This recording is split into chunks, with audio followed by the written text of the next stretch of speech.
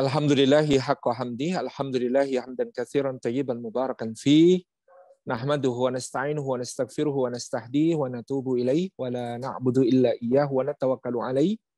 Allahumma fassalli wa sallim wa barik ala sayyidina wa habibina wa syafi'ina wa maulana Muhammad wa ala alihi wa ala ashabihi wa dzurriyyatihi wa man tabi'ahum bi ihsanin ila yaumil liqa'i rabbih, amma ba'd.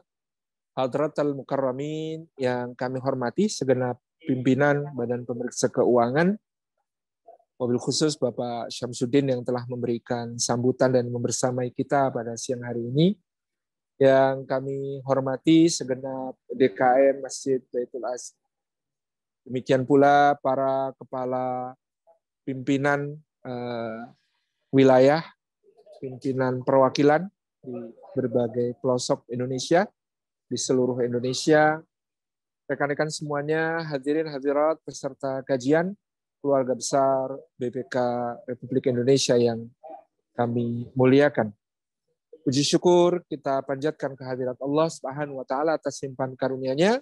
Pada kesempatan siang yang berbahagia ini, Allah menghimpun kita di dalam majelis ilmu meskipun hanya secara daring, secara online. Mudah-mudahan tidak mengurangi semua keutamaan bermajelis ilmu yang bisa kita raih dari sisi Allah Subhanahu wa taala.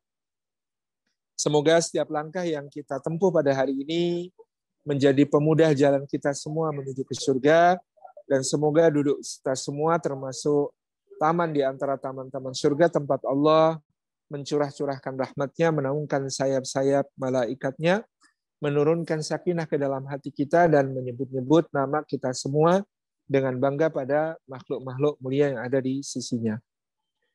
Bapak Ibu hadirin dan hadirat yang dimuliakan oleh Allah Subhanahu wa taala, pada hakikatnya kita manusia hidup di dunia ini menjalani ujian-ujian dari Allah Subhanahu wa taala untuk diperlihatkan oleh Allah manakah di antara hamba-hambanya yang benar-benar keimanannya, benar-benar persaksiannya, manakah di antara hamba-hambanya yang pandai bersyukur kepadanya dan mampu bersabar menghadapi ujiannya. Dengan demikian akan ditegakkan hujah oleh Allah Subhanahu wa taala bahwa hamba tersebut di akhirat layak mendapatkan kemuliaan, keagungan, layak mendapatkan keluhuran dan kedudukan yang baik, tempat kembali yang paling indah di dalam surganya yang mulia. Maka Dia Jalla Jalaluhu berfirman misalnya dalam Suratul Mulk ayat yang kedua, Alladzi khalaqal mauta wal hayata liyabluwakum ayyukum ahsanu amala.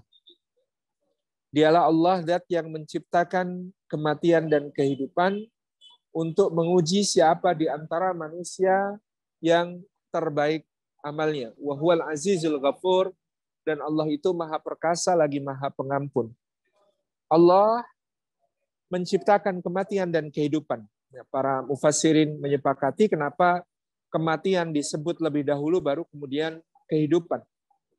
Sebab dunia ini pada hakikatnya adalah kematian dan akhirat adalah berhakikat kehidupan.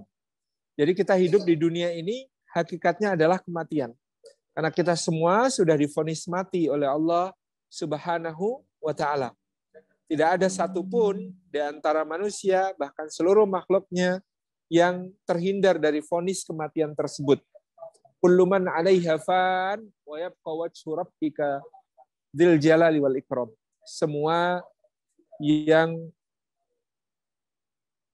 merupakan makhluknya itu fana, pasti akan berakhir, pasti akan mencapai kematian, kecuali yang tetap kekal adalah Allah Subhanahu wa taala yang maha memiliki keagungan dan maha memiliki kemuliaan. Demikianlah hakikat kita di dunia sudah divonis mati. Tidak ada bedanya dengan para terpidana mati. Kita pun hanya belum tahu kapan waktu eksekusi akan dijalankan untuk kita. Kita tidak tahu apa yang kita kerjakan besok. Wala tadri nafsun madza taksibu ghada. Wala tadri nafsun bi ayyi ardin tamut. Manusia tidak tahu apa yang akan dikerjakannya esok. Dia merencanakan, iya barangkali, tetapi apa yang menjadi hakikat, apa yang terjadi esok baru akan dia ketahui setelah terjadi. Dan dia tidak tahu di mana bagian bumi yang akan menjadi tempat dia mati, tempat dia kembali menghadap kepada Allah Subhanahu wa Ta'ala. Mati itu hakiki bagi orang yang ada di dunia. Oleh karena itu, alladzi khalaqal mauta, pertama-tama Allah menyebut dia menciptakan kematian. Karena kita semua divonis mati. Hanya belum tahu kapan waktunya eksekusi, diberi kesempatan untuk mempersiapkan bekal-bekal kita dalam menghadapi kematian tersebut. Karena sesudah kematian ada wal hayata, ada kehidupan yang hakiki, kehidupan yang sejati. Jadi di dunia mencari bekal, mempersedikit beban, di dunia memperbanyak kawan yang akan membela, mempersedikit musuh yang akan menggugat. Dalam kehidupan dunia itu 4 hakikatnya. Memperbanyak bekal, mempersedikit beban, memperbanyak kawan yang bisa membela, mempersedikit musuh yang akan mempersulit, yang akan menggugat, yang akan menuntut kita di dalam pengadilan Allah. Jadi kita semuanya dalam perjalanan menuju ke pengadilannya Allah, ya. Hakikatnya kematian, dan ba'da kematian itu ada kehidupan yang lebih hakiki, yang lebih sejati, yang lebih kekal, yang lebih abadi. Ini yang perlu menjadi renungan kita pada awal-awalnya. Jadi semua itu kematian dan kehidupan hikmahnya dijadikan oleh Allah liyabluwakum ayyukum ahsanu amala, untuk menguji siapa di antara kalian yang terbaik amalnya. Sebagaimana pula ruang dunia ini, alam bumi ini dijadikan Allah sebagai tempat di mana ujian-ujian itu akan berlangsung. Dalam suratul Kahfi ayat yang ke-7 Allah mengatakan, inna ja'alna ma'alal ardi zinatan laha linabluwahum ayyuhum ahsanu amala. Sesungguhnya kami menjadikan segala sesuatu yang di atas dunia ini sebagai perhiasan baginya untuk menguji siapa di antara manusia yang terbaik amalnya.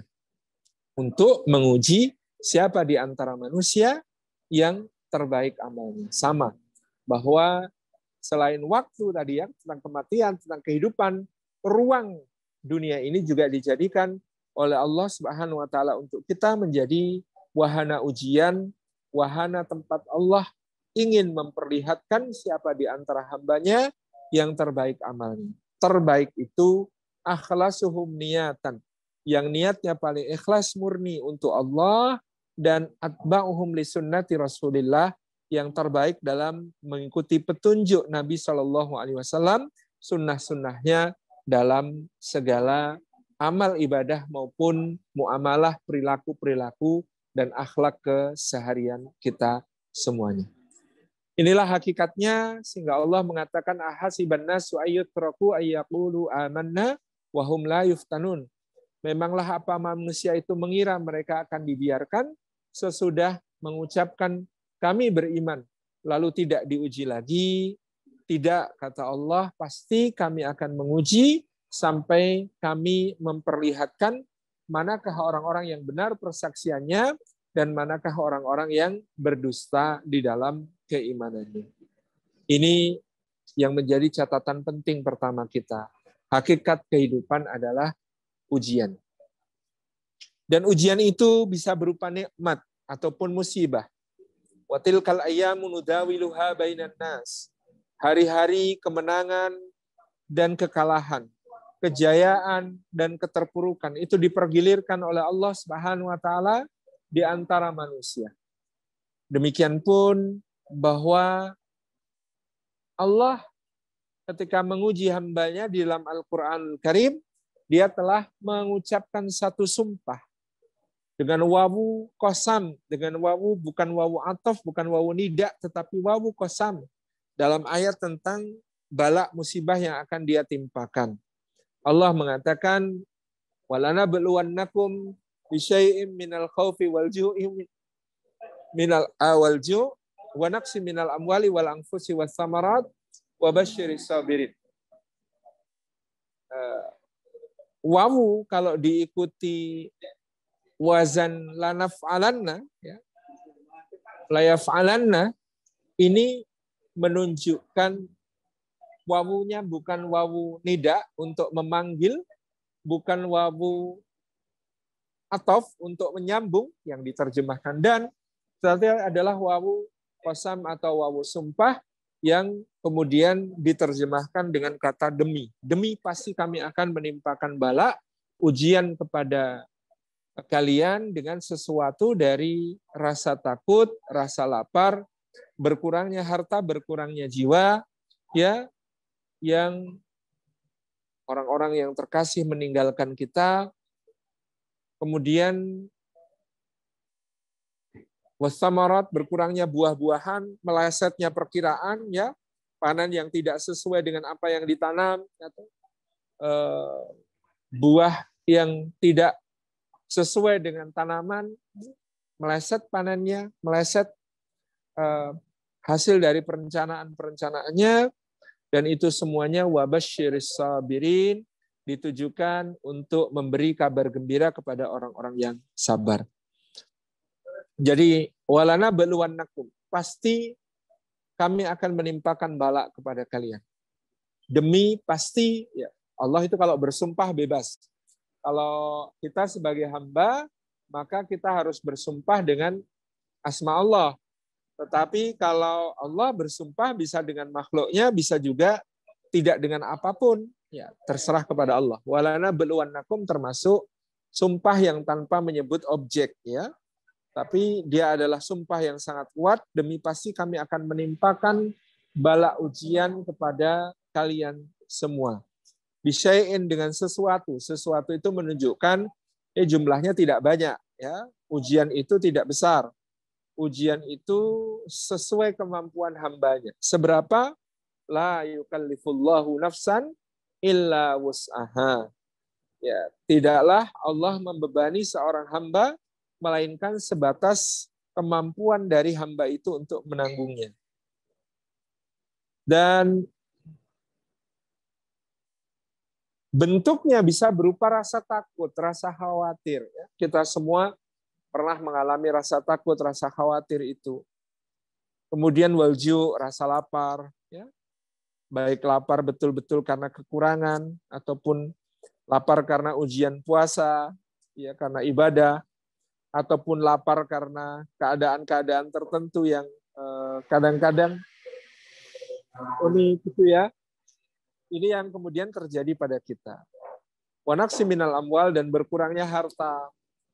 Jadi kalau di kondisi pandemi COVID-19 ini lebih-lebih saya bisa turut merasakan rekan-rekan yang juga mengalami berkurangnya harta, ya.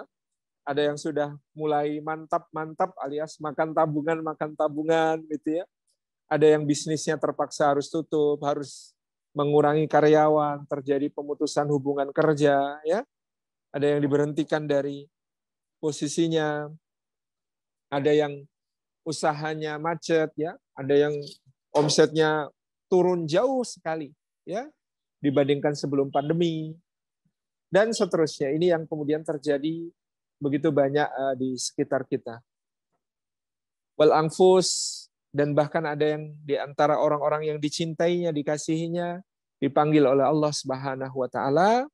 Wasamarat, dan juga berkurangnya buah-buahan, ya, proyeksi-proyeksi yang tidak cocok tadi banyak sekali terjadi di sekitar kita. Semua itu kata Allah wabasyiris sabirin, untuk memberi kabar gembira kepada orang-orang yang sabar. Kenapa orang sabar itu kabar gembira bagi mereka? Sudah sering kita kaji, ya, bahwa orang sabar itu yang pertama dicintai Allah. Maka mengapa tidak gembira kalau kamu dengan musibahmu lalu bersabar, maka menjadi dicintai oleh Allah, ya. Wabasyiris sabirin. Berilah kabar gembira orang yang sabar itu dengan pertama, wallahu yuhibbus sabirin. Allah cinta kepada orang-orang yang sabar.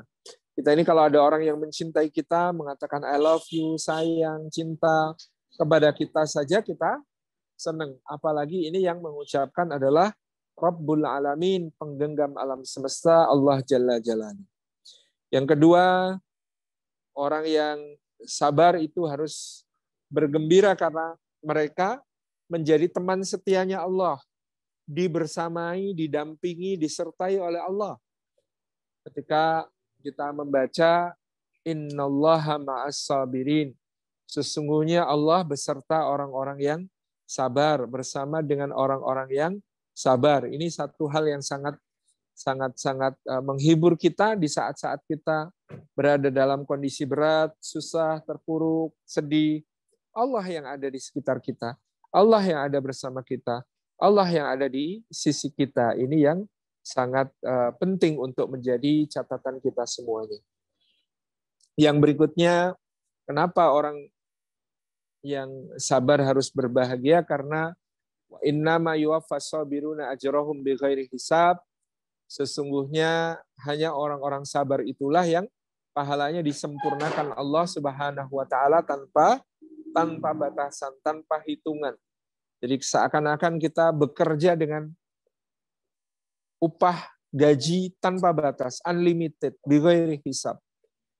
Seakan-akan kita beramal dengan amalan yang pahalanya tanpa batas, tidak ada habisnya dari amal tersebut. Itulah kesabaran yang sangat istimewa di sisi Allah. Dan kita berbahagia sebagai orang-orang yang sabar karena ulaika alaihim salawatu min rabbihim wa rahmah wa ulaika humul muhtadun. Yang demikian itu orang-orang yang mendapatkan salawat, jaminan kebaikan dari Rabb mereka, dan mendapatkan rahmat, cinta kasih sayang Allah, dan juga ulaika humul muhtadun, mereka mendapatkan hidayah petunjuk dari Allah Subhanahu wa taala. Betul-betul musibah ini tanda cinta sebagaimana yang disebutkan Rasulullah sallallahu alaihi wasallam, idza ahabballahu qauman ibtalahum. Apabila Allah mencintai satu kaum, maka Allah menimpakan bala kepada mereka untuk didengarkan olehnya ya rentuhan, keluh kesahnya ya hanya kepada Allah Subhanahu wa taala. Maka barang siapa ridha dengan musibahnya, Allah pun ridha padanya. Dan Allah pun mencintainya. Tetapi barang siapa marah, maka Allah pun menuliskan baginya kemarahannya. Ini hakikat dari musibah itu sendiri. Jadi Allah kalau mencintai seorang hamba, idza ahabballahul mar'a ibtalahu. Allah pun menimpakan bala juga kepadanya. Dengan demikian, ya, seorang mukmin itu keadaannya senantiasa baik seperti yang disabdakan Rasulullah Shallallahu Alaihi Wasallam, ya, bahwasanya ajaban li amril mukmin karena kullu amrihi khair.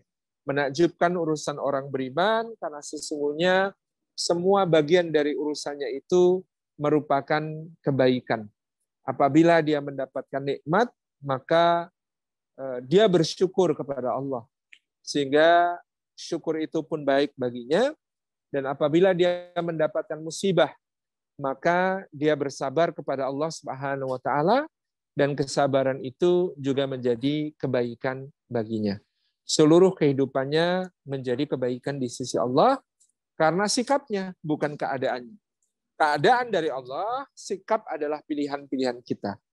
Nikmat adalah dari Allah, tetapi hanya sedikit di antara hamba Allah yang diberikan kemampuan untuk mensyukuri nikmat-nikmat tersebut. Wa qalilam min ibadiyasy syakur. Sedikit di antara hambaku yang pandai bersyukur. Ini yang menjadi keistimewaan dari keimanan menuntun seorang hamba untuk mensyukuri nikmat. Musibah adalah keadaan yang berasal dari Allah. Musibah adalah anugerah Allah. Maka keadaan seorang manusia yang demikian itu, ya, kemuliaannya ditentukan bagaimana sikapnya. Apakah dia bersabar, ataukah dia marah, apakah dia ridha, apakah dia murka kepada Rabb-Nya Jalla Jalaluh, akan menentukan bagaimana keadaannya di sisi Allah. Kalau dia bersabar, kalau dia ridha, maka itu menjadi sebab kemuliaan, keberkahan yang tidak kalah dengan keberkahan kemuliaan orang yang bersyukur.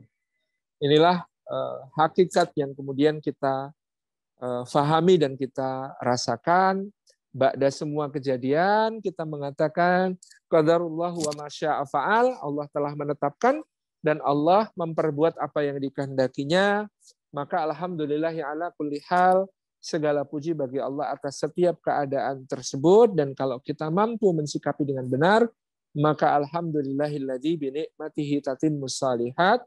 Segala puji bagi Allah yang dengan karunia-Nya, yang dengan nikmat-Nya menjadi sempurna segala kebaikan. Hadirin dan hadirat yang dimuliakan Allah, di tengah kondisi pandemi ini mungkin tadi ada request dari panitia agar kami juga bercerita tentang apa yang kami rasakan dan kami alami sepanjang bulan-bulan terakhir ini terkait dengan COVID-19.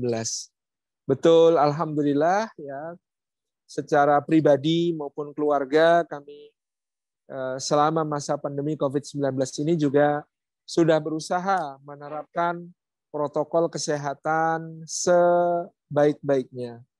Jadi kalau pulang dari bepergian sudah pasti untuk kemudian mandi dan berganti pakaian ya sebelum kemudian menjumpai yang di rumah, baik istri, anak-anak maupun yang lain gitu ya.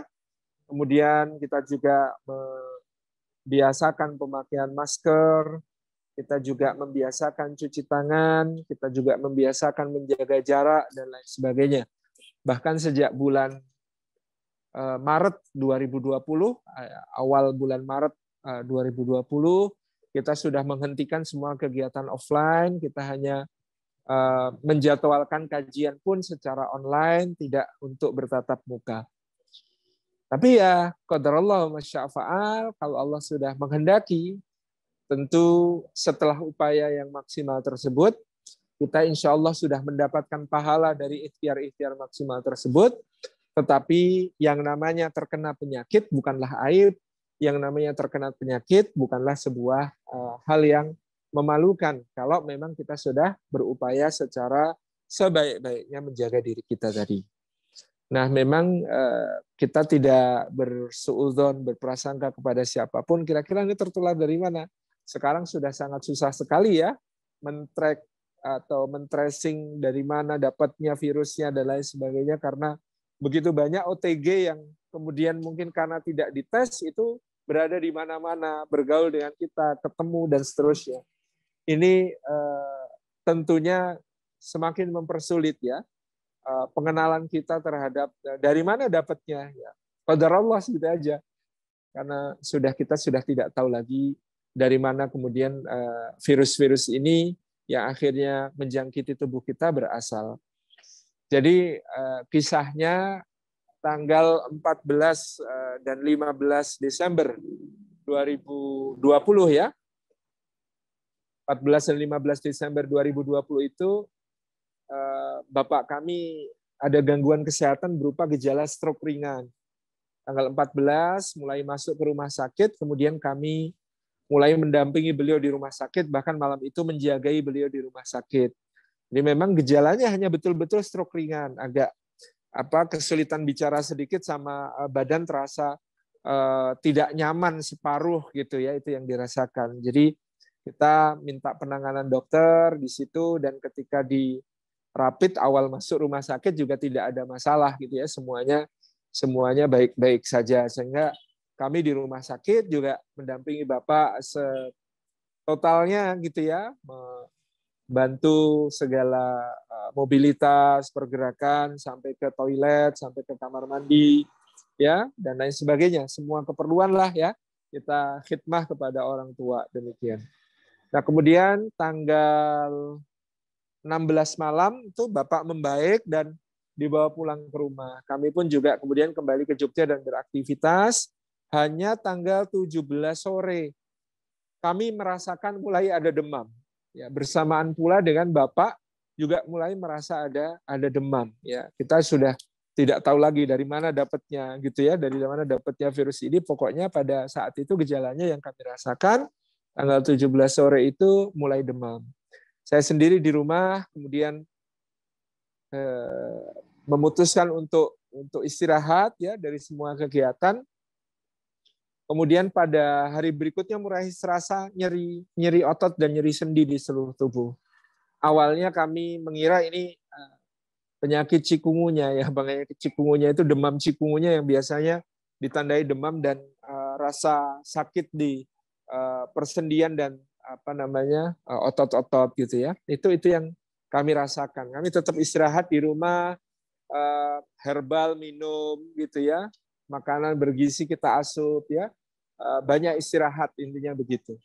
Nah ternyata pada tanggal kira-kira 21 atau 22 kalau tidak salah, Bapak mulai mengalami gejala yang lebih mengkhawatirkan sehingga perlu dibawa ke rumah sakit. Dan ketika di rumah sakit kemudian dilakukan cek foto toraks dan lain sebagainya, ternyata Bapak sudah mengalami pneumonia. Jadi ada radang di paru-paru. Dan kemudian habis itu diswab ya, meskipun hasil tesnya baru keluar beberapa hari kemudian. Yang ternyata memang positif ya, COVID-19.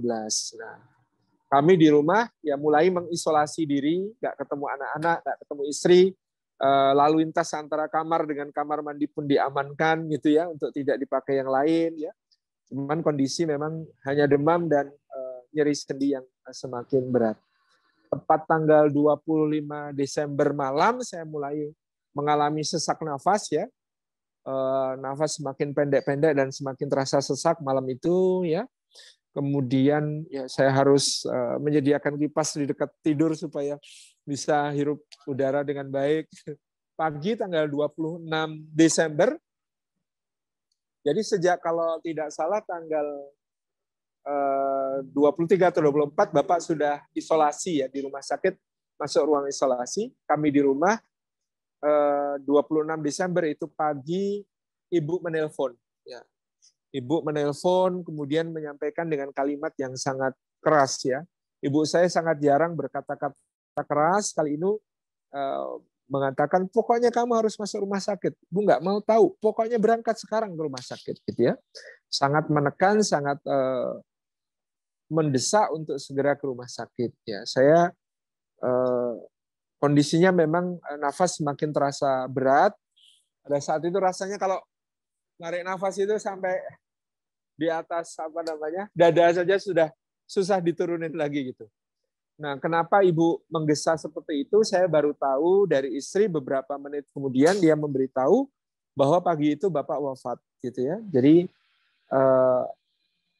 saya membayangkan betapa shocknya ibu pagi itu kehilangan Bapak dan kondisi saya sudah sesak nafas seperti itu, makanya beliau mungkin sangat mendesak saya segera ke rumah sakit supaya mendapatkan penanganan yang lebih intensif. Jadi pagi itu meskipun ya saya juga shock sendiri karena Bapak wafat ya di rumah sakit dan kemudian sudah diputuskan harus pemakaman pun prosedur sesuai tata laksana COVID-19 sehingga Bapak saya itu kalau di tingkat desa beberapa kali pernah menjadi ketua LKMD zaman dulu, pernah menjadi ketua BPD ya dan lain sebagainya. Jadi cukup menjadi tokoh di masyarakat dan kenalannya juga sangat luas.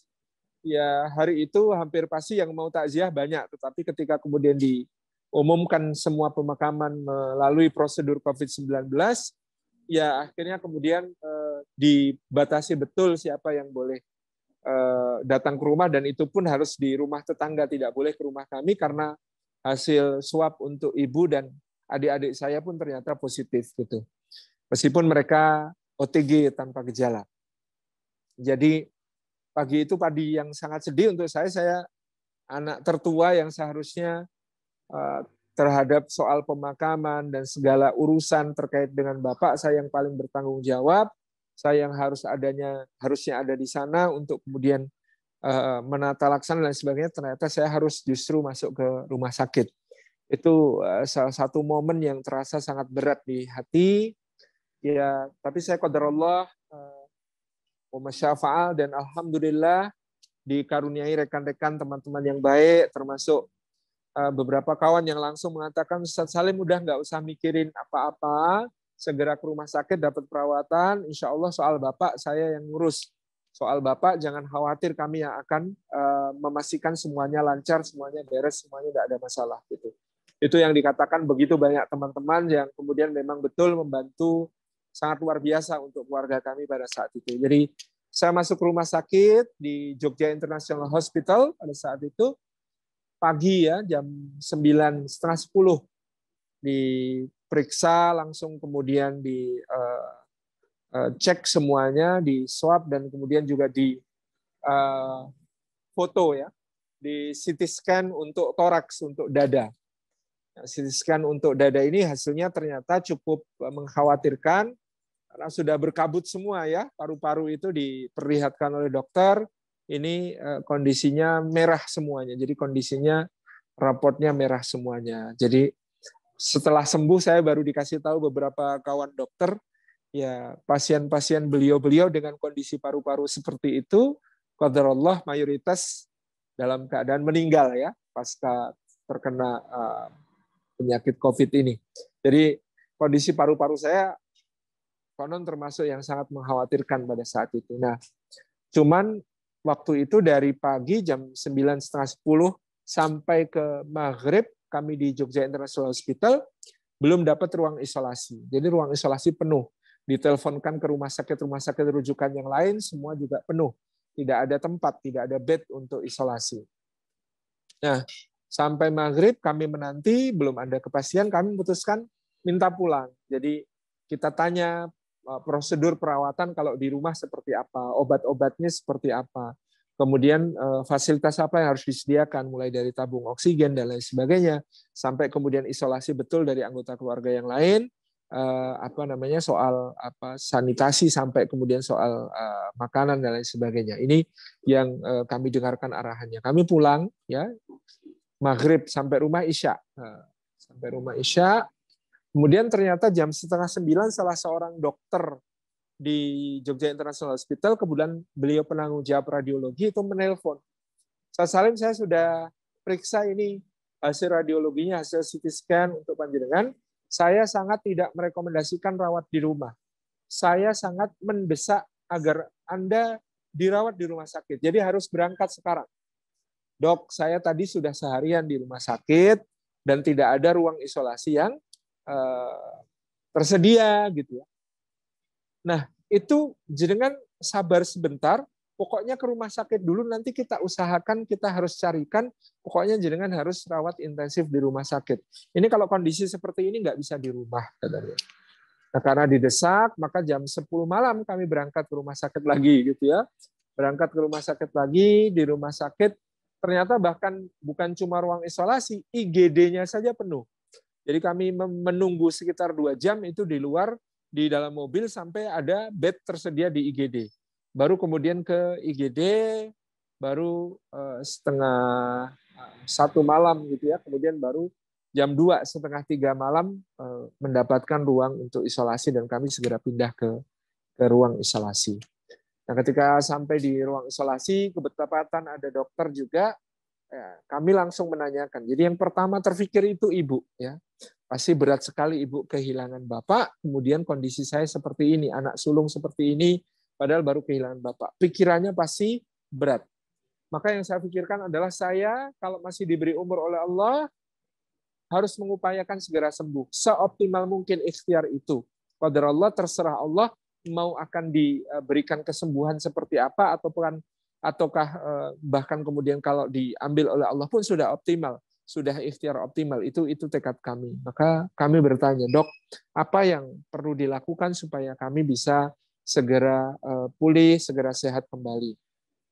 Nah, kemudian dokter memberi petunjuk makan, insya Allah dok, jadi selama di rumah sakit itu makanan apapun yang diberikan rumah sakit, seperti apapun rasanya, ya betapapun beratnya, ya betapapun pahitnya mulut, nggak bisa ngerasain dan lain sebagainya, pokoknya saya akan makan, saya akan habiskan, saya janji gitu. Dan betul itu saya laksanakan betul, dan bahkan saya meminta dikirim makanan dari rumah ya untuk menambah sedikit rasa gitu ya, diberikan makanan-makanan yang disuka dari rumah, dan itu pun saya habiskan semuanya. Terlebih buah-buahan ya 2 buah utama yang saya baca sebagai bagian dari rekomendasi beberapa pakar adalah jeruk dan pisang. Itu paling banyak saya konsumsi secara harian. Nah, ransum dari rumah sakit selalu habis, makanan kiriman dari rumah saya usahakan, kemudian berbagai herbal yang diizinkan oleh dokter ya, probiotik, kemudian propolis, kemudian madu, apapun yang kemudian diizinkan oleh dokter untuk dikonsumsi, saya konsumsi secara rutin dan sebanyak-banyaknya. Kemudian Nah, yang kedua yang disarankan dokter adalah proning. Proning itu ya menurut hasil penelitian di Italia pada kasus COVID-19 kemarin sangat membantu. Jadi kalau teman-teman memiliki asma, kalau teman-teman memiliki pneumonia, itu salah satu terapi yang diajarkan adalah proning. Proning itu posisinya tengkurap, ya. Karena kalau dilihat di CT scan, diberitahu oleh dokter, kami yang paling parah mengalami gangguan paru-parunya ini adalah terutama bagian bawah dan bagian belakang, bagian paru-paru belakang. Nah, kata dokter, kalau Bapak mau tengkurap, maka ambil nafas dalam itu kemudian oksigen bisa sampai ke bagian belakang dan bagian bawah. Kalau Bapak tidurnya banyak telentang, maka bagian paru-paru belakang ini tertekan sehingga tidak bisa mengembang secara maksimal ketika ada udara masuk. Jadi kalau Bapak bisa proning, ya tengkurap, masuk udara dan kemudian paru-paru belakang mengembang, insya Allah makin cepat pemulihannya. Saya tanya, berapa jam harus saya lakukan proning itu setiap hari? Beliau menjawab, kalau mampu 12 jam bagus.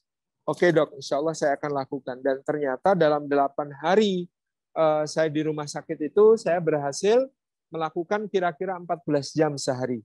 Jadi saya mulai ba'da subuh sudah tengkurap, nanti hanya dijeda mungkin sarapan, dijeda sholat gitu ya. Kemudian nanti baru saya akhiri sekitar jam 10 malam. Jam 10 malam baru telentang kembali untuk istirahat. Itu pun saya perbanyak miring, bukan telentang sempurna, tapi dengan tidur berbaring miring. Jadi sehari semalam rata-rata tengkurap untuk proning, untuk memberikan ruang bagi paru-paru belakang supaya mengembang ketika kita menghirup nafas, itu sekitar 14 jam. Dan di hari kelima kami sudah mulai melatih diri untuk sapih oksigen.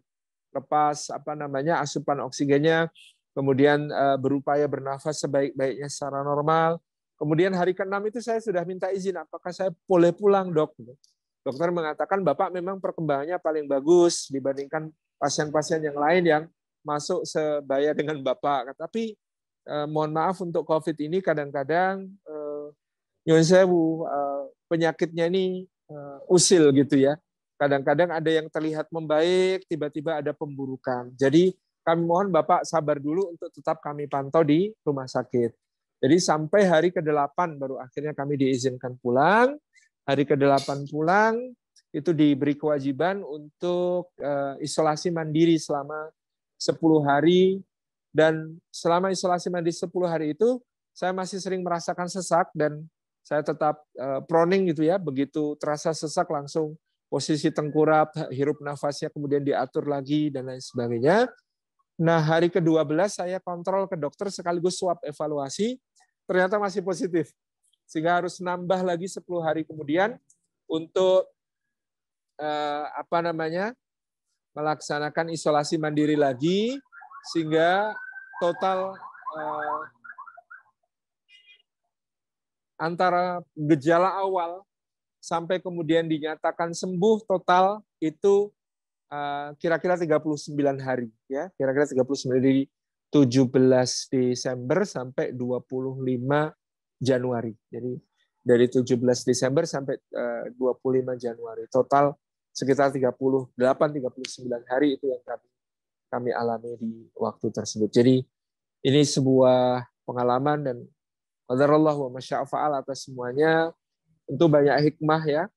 Seakan-akan kalau sekarang kami merasa ini hidup kedua ya, dikaruniai Allah sambungan hidup ya. Ya, tadi apalagi setelah ada keterangan dari para dokter, sebagian mengatakan banyak pasien saya dengan kondisi paru-paru seperti itu semuanya meninggal, dan alhamdulillah saya masih diberikan kesempatan untuk menghirup udara lagi di buminya Allah Subhanahu wa taala yang sangat perlu saya syukuri, dan selanjutnya insya Allah mudah-mudahan bisa mengisi waktu-waktu yang diberikan oleh Allah ini dengan kebaikan-kebaikan yang lebih besar. Saya kira itu yang dapat kami sampaikan. Jazakumullah khairan. Wassalamualaikum warahmatullahi wabarakatuh.